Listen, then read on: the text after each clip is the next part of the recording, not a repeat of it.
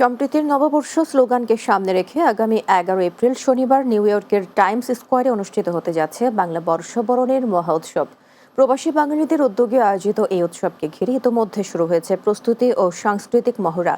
Jackson হাইটসে এক মহড়া অনুষ্ঠানে আয়োজক সংগঠন NRB ওয়ার্ল্ড ওয়াইডের সভাপতি বিশ্বজিৎ সাহা জানান, গত 3 বছরের ধারাবাহিকতায় এবারও টাইমস স্কোয়ারে নববর্ষ উদযাপনের আয়োজন করা হচ্ছে।